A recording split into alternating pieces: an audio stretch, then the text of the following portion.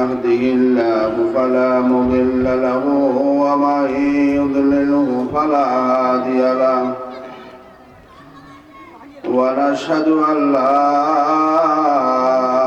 إله إلا الله وحده لا شريك له ونشهد أن سيدنا وسندنا وحبيبنا وطبيبنا ومولانا محمدا عبده ورسوله الذي أرسله بالحق بشيرا ونذيرا وداعيا إلى الله بإذنه وسراجا منيرا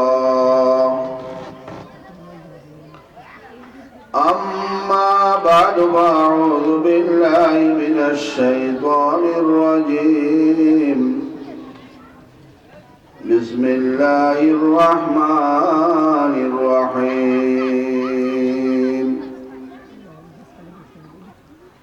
ألا إن أولياء الله إن أولياء الله لا خوف عليهم ولا هم يحزنون الذين آمنوا وكانوا يتقون لهم البشرى في الحياة الدنيا وفي الآخرة لا تبديل لكلمات الله ذلك هو الفوز العظيم. وعن ابن عباس رضي الله تعالى عنه قال رسول الله صلى الله عليه وسلم كنت خلف النبي صلى الله عليه وسلم فقال يا غلام إني أعلمك كلمات احفظ الله يحفظك احفظ الله تجده تجاهك إذا سألت فاسأل الله وإذا استعنت فاستعن بالله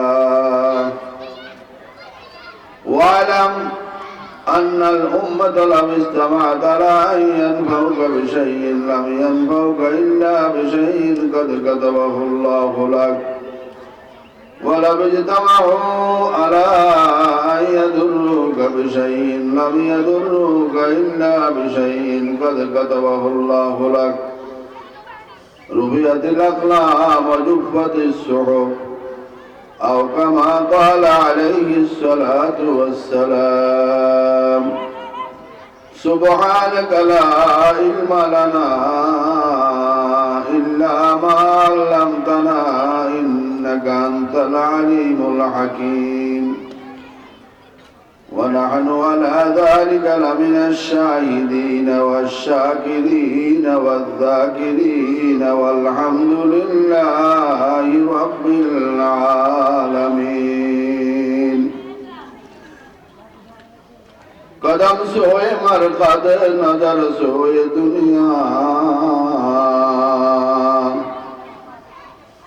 قدم سوئے مرقد نظر سوئے دنیا کہاں جا رہا ہے کدھر دیکھ رہا ہے کہاں جا رہا ہے کدھر دیکھ رہا ہے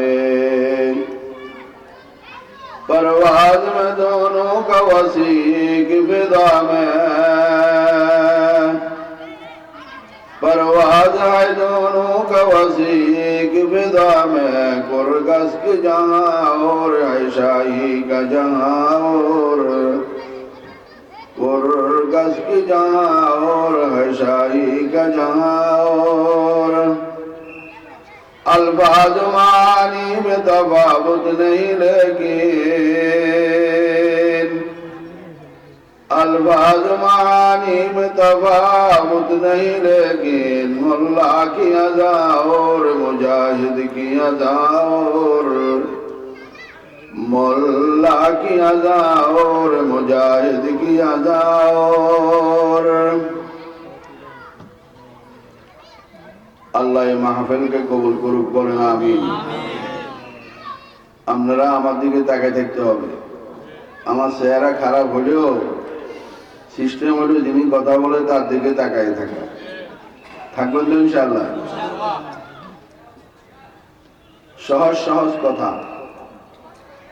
আলা রুবে তাম্বি, আলা এদিকে তাকাও, এদিক আলা। আলা ইন্না আউলিয়া আল্লাহ,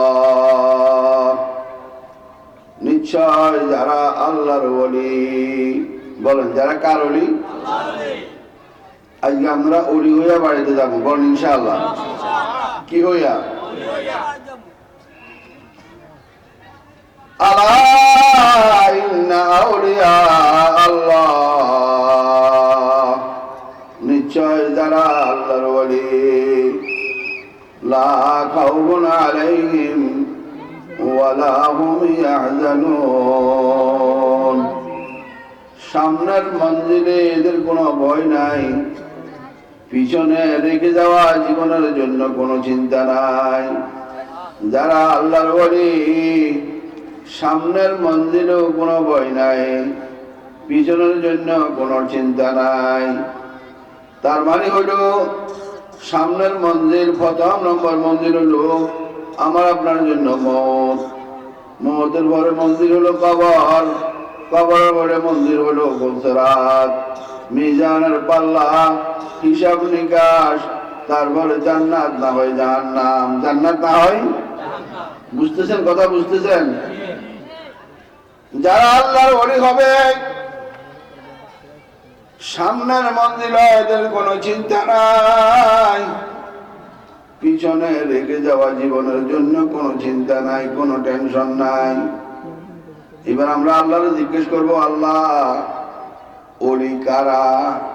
ওলি আল্লাহ বলতেছেন ওলির জন্য দুইটা গুণ। সবাই বলেন ওলির জন্য কয়টা গুণ? আল্লাযীনা আমানু, এক নম্বর গুণ হলো ওলির জন্য ঈমান লাগবে। বলেন না কি লাগবে? আল্লাযীনা আমানু ওয়া কানু ইয়াত্তাকুন, দুই নম্বরে তাদের দিলে সব সময় থাকবে আল্লাহর ভয়। বলে না কার ভয়? আমাদের হযরত মাওলানা জুবাইর শাহ হুজুর একটা কথা বলেন, কাকরাইলের। এক লোক মসজিদে যায় রাত্রে, মসজিদে যায় কোথায়? রাত্রে। রাত্রে আর এক দল ডাকাত, তারা ডাকাতি করতে মসজিদে। এক দল যায় কোন কামে? বলেন কোন কামে? আর একজন যায় কোথায়? পিছেওয়ালারা ভাবছে সামনেওয়ালাও কি, আর সামনেওয়ালা ভাবছে পিছেওয়ালারাও মসজিদে যাক। কোথায় যাক? তুই পিছেওয়ালা জিজ্ঞেস করে, ও ভাই আপনি কে? আমিও আপনাদের মতো, আমিও আপনাদের কি। এরা বুঝছে আমরা যেরকম চোর, এত কি চোর। আর উনি মনে করেছে আমি যেরকম মসজিদে যাই, উনিও কোথায় যান। তো এবার বসে আঙ্গ মতন হলে একটু দাঁড়ান, আমরা তো এখন শুরু করতাম যাবো, আপনি কি আমাদের সাথে যাবেন? যদি আপনারা নেন, যদি আপনারা কি। এখন বসে কাজ ভাগ করে দিছে, ডাকাতেরা কাজ কি করে দিছে? কে দরজায় থাকবে, কে ঘাটে থাকবে, কে ঘরে ঢুকবে, কে মাল ঢুকাইবে। আর আগে যিনি মসজিদে রওনা হয়েছে ওনারে বলছে, ভাই তোমার কাছে একটা বাঁশি দেবো। বাঁশি কি দিব বলেন? যদি দেখো যে ঘরওয়ালারা টের পাই গেছে, তো তুমি বাঁশি দিয়ে একটা ফুক দিবা। একটা কি দিবা? ফুক দিলে আমরা মনে করুন ঘরওয়ালা টের আছে, যে যেমন আরো চলে যাও, যে যেমন আরো কি চলে যাও। তো এতে একবার ঢুকছে, এদের কাছে বাঁশি এতে দাঁড়ায় দিয়েছে। সব ঘরের মালজন টোকাই টাকাই জমা করে যখন বার হলো, এতে দিছে হুক। এতে দিছে কি? হুক দিলে এত করে দিশটা আনি, মানে ধরা খাই যাবে, মালটা থুই দিছে তো এরকম 1 ভাই 2 ভাই 3 বাড়ি। ডাকাতের যিনি সর্দার তিনি বললেন, ভাই তুমি যে মাল সব জমা করার পরে তুমি হুক দাও, আসলে কি এরা দেখে না এমনি হুক দাও? কোনা দেখি। কে দেখে? আল্লাহ। বলো না কে দেখে? আচ্ছা আল্লাহ যদি দেখে তাহলে আর এখানে কোনো ভেজাল আছে না? কি বলেন? আপনারা চিনবেন কচুয়ার কারি ইব্রাহিম সাহেবের নাম শুনছেন? আর হাটাজারি মাদ্রাসার মুফতি আজম মুফতি ফজলুল্লাহ সাহেব, দুজন আল্লাহর ওলি। কেউ কারে কোনোদিন দেখে নাই, কেউ কারে কোনোদিন কি দেখে নাই। একদিন মুফতি ফজলুল্লাহ সাহেব কারি ইব্রাহিম সাহেবের লোক দেখা করতে গেছে। আর কারি ইব্রাহিম সাহেব কওয়া, মুফতি ফজলুল্লাহ সাহেব আসছেন না? কয় জি হুজুর আসছি। কিছু ওয়াজ করেন। মুফতি ফজলুল্লাহ সাহেব হলো মুফতি সাহেব, মেসোয়াক কদ্দুরে দুইব, আগে ডাইন হাত দুইব, বাম হাত দুইব, ভাগরি হাত দুইব, ভাও দুইব, মানে নামাজের তরতিব বাতাইতেছে। নামাজের কি বাতাইতেছে? তরতিব। এবার মুফতি ফজলুল্লাহ সাহেব আই কারি ইব্রাহিম সাহেব আমি কিছু ওয়াজ করি। এবার উনি ওয়াজ করে, নামি গোয়াম কে আছে দুনিয়া জুদাবাস, নামি গোয়াম কে আছে দুনিয়া জুদাবাস, বার কারে কে বাসি বা খুদাবাস, বার কারে কে বাসি বা খুদাবাস। নামি গোয়াম, এরে আমি তো বলি না তোমরা ব্যবসা ছেড়ে দাও, আমি বলি না তোমরা বিদেশ যাওয়া বন্ধ করে দাও, আমি বলি না তোমরা বাজারে যাওয়া আসা যাওয়া বন্ধ করে দাও। নামি গোয়াম কে আজ দুনিয়া জুদাবাস, বাহার কারে কে বাসি বা খুদাবাস। প্রত্যেক নেক কাজের সাথে একজনকে সাথে রাখো, তিনি হলেন আল্লাহ। তিনি কে? তুমি যখন অজু বানাও খুব খেয়াল করবা, আমার অজু তো কেউ দেখে না, একজন আমার অজুটা দেখে, তিনি হলেন আল্লাহ। তিনি কে? আমি যখন নামাজ পড়ি আমার নামাজ কেউ দেখা দরকার নাই, আমার নামাজ একজনেই দেখে, তিনি হলেন আল্লাহ। হযরত মাওলানা ফজলুর রহমান কাঞ্জিপুর আলাহাবাদী রহমতুল্লাহ আলাইহি বলেন, আশরাফ আলী থানভী রহমতুল্লাহ আলাইহি বলতেছে, ও আশরাফ আলী, আমি যখন সিজদা দিই, সিজদার মধ্যে যখন সুবহানা রাব্বিয়াল আলা বলি, আমার কাছে মনে হইতেছে আমার আল্লাহ আমার দোনো গালের মধ্যে চুমু দিতে আছে। কি দিতে আছে? আমরা যদি নামাজ পড়েন আর যদি বলেন আমার সিজদা আল্লাহ দেখি, আমার সূরা কেরাত পড়া আল্লাহ শুনতেছে। হাদিসে পাকের মধ্যে আসছে রাসূল করিম সাল্লাল্লাহু আলাইহি ওয়াসাল্লাম বলেন, এরে বান্দা, তুমি যদি সুন্দর করে 5 ওয়াক্ত নামাজ পড়ো, আমি আল্লাহ কথা দিলাম তোমাকে আমার দায়িত্বে আমি জান্নাতের মধ্যে ঢুকাইয়া দিব।